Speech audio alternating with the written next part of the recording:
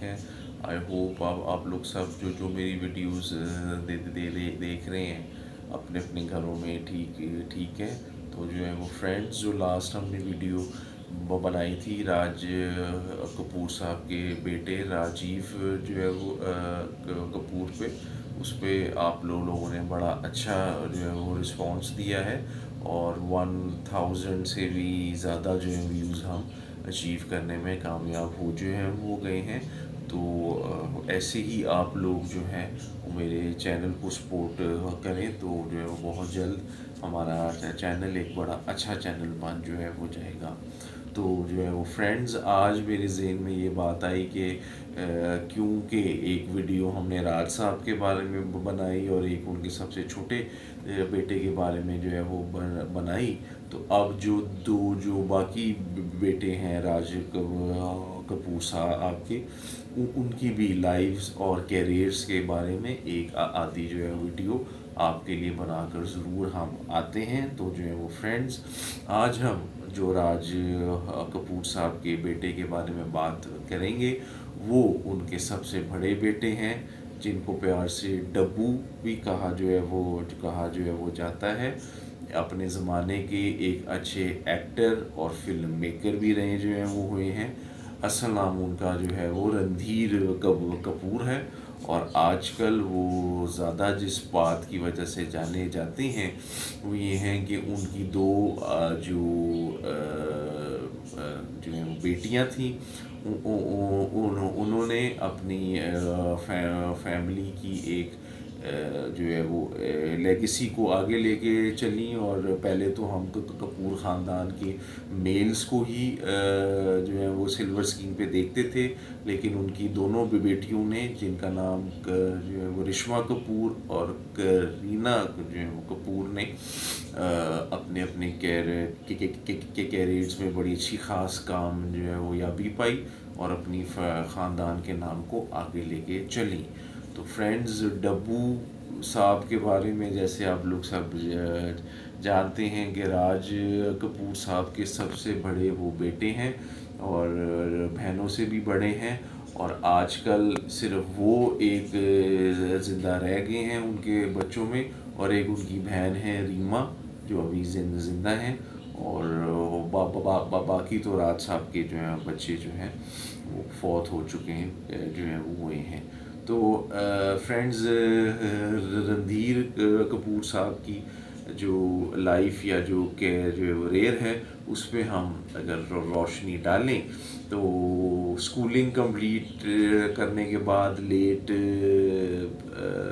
60s में उन्होंने फैसला किया कि वो फर्दर एजुकेशन नहीं लेंगे और वो फिल्म मेकिंग में ही अपना नाम बनाकर आगे चलेंगे। तो जब उन्होंने अपने फादर को ये बात आके जो है वो कही कि मैं भी एज आपकी तरह फिल्म लाइन में अपना करियर बनाना चाह रहा हूँ, तो आपने अपने बेटे को जो है वो कहा कि अगर तुम मेरे साथ ही काम सीखोगे तो शायद उस तरह नहीं सीख पाओगे, क्योंकि तुम आर के स्टूडियोज़ के मालिक के होगे जो है वो बेटे।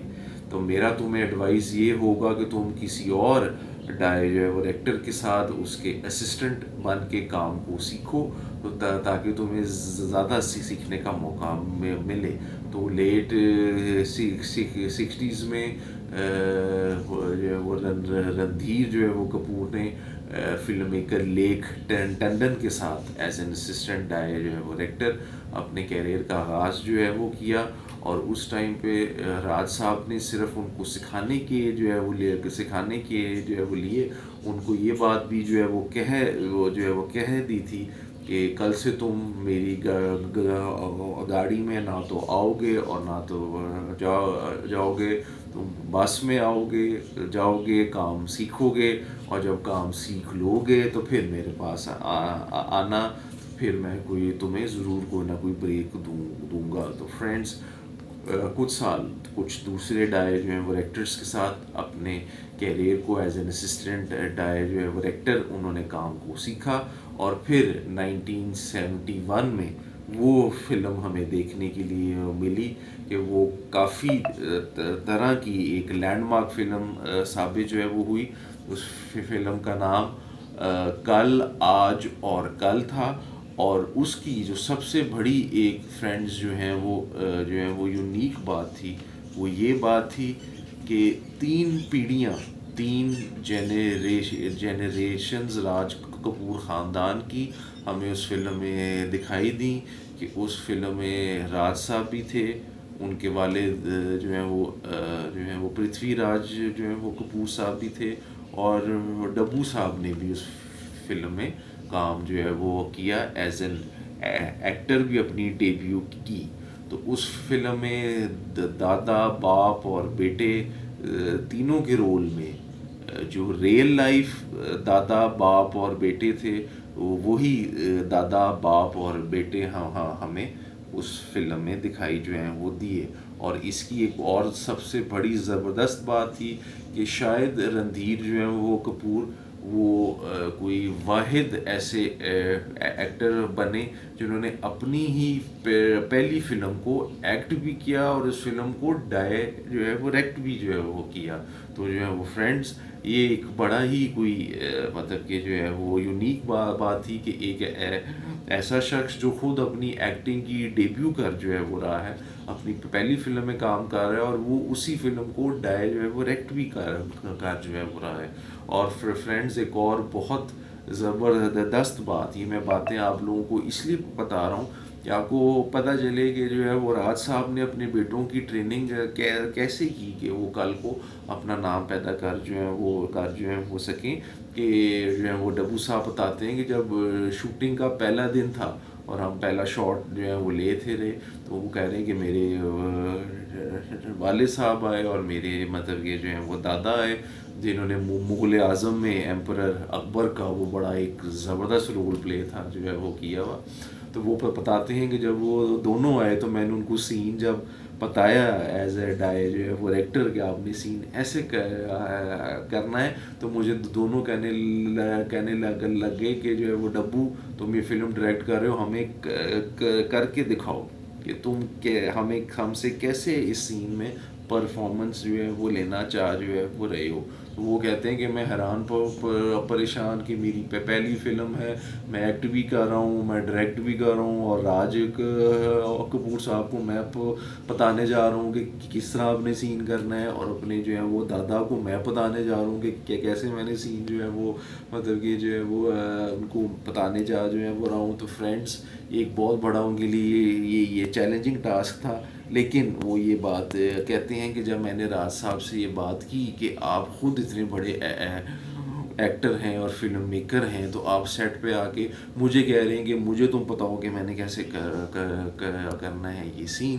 तो उन्होंने वो अपने बेटे को जो है ये बात जो है वो कही कि देखो, मैं तुम्हारी जो है वो ट्रेनिंग कर रहा हूँ, बिकॉज आज हम हैं, कल को हम नहीं जो है वो होंगे। तो जब तुम दूसरे लोगों को डायरेक्ट कर रहे हो कर रहे जो है वो होगे, तो अगर तुम्हें आदत ही नहीं होगी एक्टर्स को एक्सप्लेन करने की कि आपने शॉट कैसे देना है, सीन कैसे जो है वो आपने मतलब ये जो है वो देना है, तो फिर तुम कैसे एक अच्छे जो है वो एक्टर बनकर आओगे।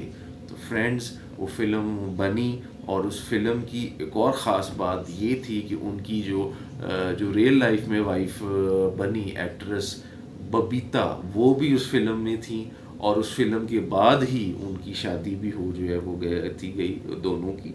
तो फ्रेंड्स, वो फिल्म तो खैर बॉक्स ऑफिस पे इतना ख़ास कमाल नहीं दिखा पाई थी, बिकॉज जो इंडिया पाकिस्तान की जंग थी 1971 की, उसके पास वो फिल्म बॉक्स ऑफिस पे लगी थी। तो बिकॉज वॉर का एक डर था, तो इसलिए शायद वो इतने लोग वो फिल्म देखने सिनेमाज में नहीं गए, क्योंकि एक डर ही था कि कहीं कोई बॉम्ब ना आ जाए या ऐसी कोई चीज़ ना जो है वो आ जाए।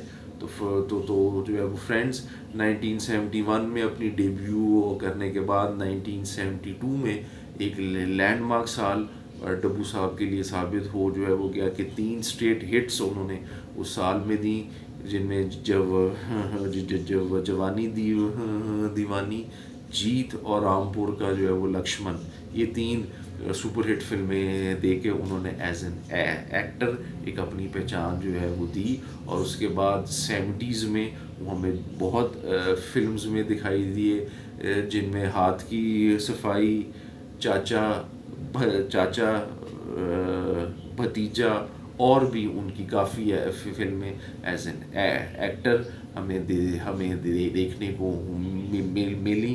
1975 में आपने एक और फिल्म जो है वो डायरेक्ट की अपनी प्रोडक्शन कंपनी आर के फिल्म्स के लिए, जिसका नाम धर्म जो है वो करम था।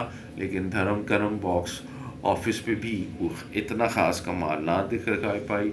हालांकि इस फिल्म में भी राज साहब ने एक रोल प्ले जो है वो किया था।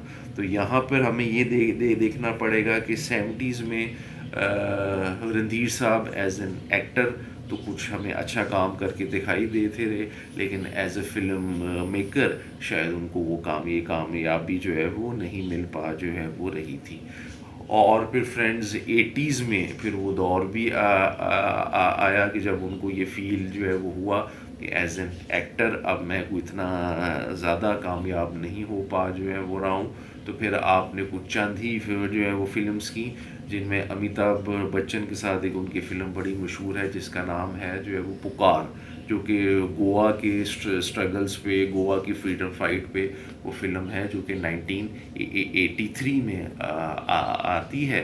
तो 1983 के बाद आपने एक्टिंग को एज सच परस्यू नहीं किया और अपने फादर के साथ ही उनके जो है वो स्टूडियोज़ में आके बैठ गए और उनके जो है वो स्टूडियोज़ को ही संभालने लग जो है वो पड़े। और राम तेरी गंगा मैली, जो कि बहुत बड़ी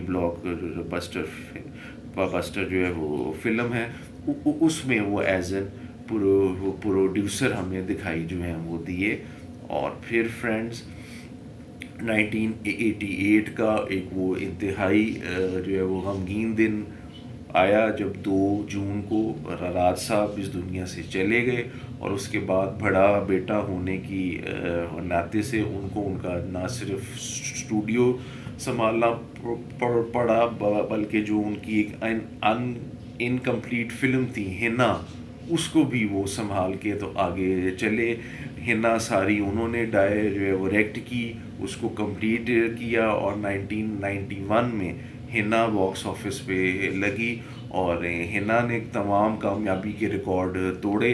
तो जो सक्सेस डब्बू को एज ए जो है वो डायरेक्टर कल, आज और कल और धर्म करम में नहीं मिल पाई थी, वो उनको हिना की शेप में जो है वो मिल गई। लेकिन यहाँ पे भी एक थोड़ा सा सैड पॉइंट ये है कि हिना के बाद उन्होंने आज तक कोई फिल्म डायरेक्ट जो है वो नहीं की। तो हम सब जो उनके काम के फैंस हैं, हम ये फील ज़रूर जो है वो करते हैं कि जैसे राज साहब के बेटों को उनके बाद ज़्यादा फिल्में बनानी चाहिए थी, लेकिन वो उस तरह की फिल्में नहीं बना जो है वो पाए। तो जो है वो हिना के बाद 2 फिल्में प्रोड्यूस उन्होंने की, जो कि उनके भाइयों ने जो है वो डायरेक्ट की, प्रेम जो है वो ग्रंथ और अब लौट चलें। लेकिन प्रेम ग्रंथ और अब लौट चलें हिना की तरह बॉक्स ऑफिस पे कामयाब नहीं हो पाई।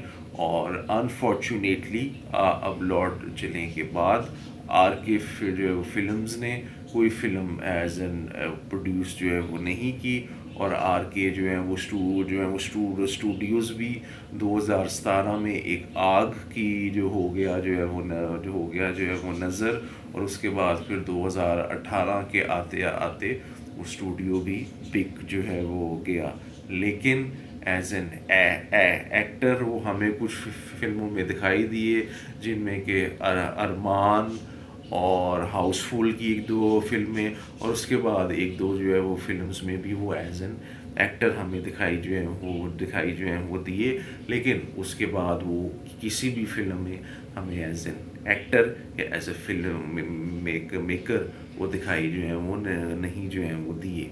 और यहाँ पे जैसे हमने पहले आपको एडअप था किया कि 90s की स्टार्ट में उनकी बड़ी बेटी रिश्मा जो है वो कपूर ने अपने करियर का आगाज़ जो है वो किया और उन्होंने बहुत कामयाबी पाई। और फिर सन 2000 के स्टार्ट में उनकी छोटी बेटी करीना ने अपने करियर का आगाज़ जो है वो किया और उन्होंने भी एज एन एक्ट्रेस काफ़ी कामयाबी पाई और काफ़ी अच्छी जो है वो मतलब कि जो है वो फिल्म्स में उनकी हमें एक्टिंग दिखाई दी। तो जो एक हमें समझा जाता था कि जी कपूर फैमिली की जो औरतें हैं वो फिल्म्स में नहीं आती, लेकिन डब्बू जी की दोनों बेटियों ने ये दिखा जो है वो दिया कि कपूर फैमिली की जो औरतें हैं वो भी अगर चाहें तो वो बड़ा अच्छा अपना करियर फिल्म में लाइन में बना के आ जो हैं वो सकती हैं। तो डब्बू जी जहाँ वो फिल्म्स प्रोड्यूस नहीं कर पाए, लेकिन पूरे वर्ल्ड में डिफरेंट अवार्ड जो है वो फंक्शंस पे, डिफरेंट फिल्म फेस्टिवल्स में, डिफरेंट ये जो है वो इवेंट्स में वो आर के जो है वो फिल्म्स को, राज कपूर की जो है वो लेगेसी को आगे लेकर जो है वो चले। और वो इस चीज़ का उनको ज़रूर क्रेडिट जो है वो चाहता है कि आज तक जहाँ भी राज कपूर के काम की बात हो, कोई उनकी किसी फिल्म को कहीं शोकेस हो, तो वो जो है वो ज़रूर उस जगह पे पहुंचते हैं। और आज कपूर साहब की जो है वो लेगेसी है उसको लेकर वो आगे जो हैं वो चलते हैं। तो जो है वो तो जो है वो फ्रेंड्स, आजकल ज़रा उनकी कुछ सेहत का थोड़ा सा ये है कि वो उनको चलने में कुछ होती है जो है वो प्रॉब्लम वगैरह, और स्टिक के साथ वो मतलब कि जो है वो चलते हैं। लेकिन यहाँ पे भी होप कि उनकी सेहत ठीक जो है वो रहे। अब अराउंड कोई 77-78 के वो हैं, लेकिन कपूर फैमिली में हम देखते हैं कि 79 से ज़्यादा किसी की आज तक एज जो है वो नहीं हुई। लेकिन वी होप कि जो है वो डब्बू जी इस बैरियर को पार करेंगे और वो जो है आर के जो हाउस की वो है जो है वो लेगेसी है उसको लेके वो आगे चलेंगे। एज एन एक्टर उनका एक बड़ा स्टाइल है कि बहुत तेज़ तेज़ वो डायलॉग जो है वो बोलते हैं। तो ये स्टाइल की वजह से कॉमेडी में भी उन्होंने एक नाम बनाया और कुछ कॉमिक रोल्स में भी उनको बड़ा पसंद किया जो है वो गया। एक बड़े लाइवली हैं, एक बड़े जो है वो फ्रेंडली हैं और एक बड़े अच्छी पर्सनैलिटी के वो आदमी हैं। अगर आप उनके साथ कहीं बैठें तो आपको फील होगा कि इंतहाई एक जॉली मूड के वो जो है वो शख्स हैं। तो जो है वो फ्रेंड्स, आई होप ये आज की जो मैंने वीडियो आपके सामने जो मैंने जो है वो रणधीर कपूर साहब के जो है वो रेयर को आपके लिए लेकर आया हूँ। आई होप ये आपको पसंद आई होगी। जाते हुए उनकी एक फिल्म का गाना जो कि उन पे भी पिक्चराइज है आपके लिए पेश कर जो है वो रहा हूँ। ये गाना मैं अपने कॉलेज के ज़माने में भी डिफरेंट जगहों पे जो है वो मतलब कि मैंने जो है वो गाया है। बड़ा अच्छा गाना है कि जाने जा ढूंढता फिर रहा हूँ तुम्हें रात दिन, तुम यहाँ से वहाँ, मुझको आवाज़ दो छुप गए हो सनम, तुम कहाँ मैं यहाँ, तुम कहाँ मैं यहाँ, जाने जा ढूंढता फिर रहा। तो फ्रेंड्स, आई होप ये मेरी वीडियो आपको पसंद आई जो है वो होगी। मेरे चैनल को लाइक करना, सब्सक्राइब करना मत भूलिएगा। See you next week with a new topic. Stay tuned to my YouTube channel.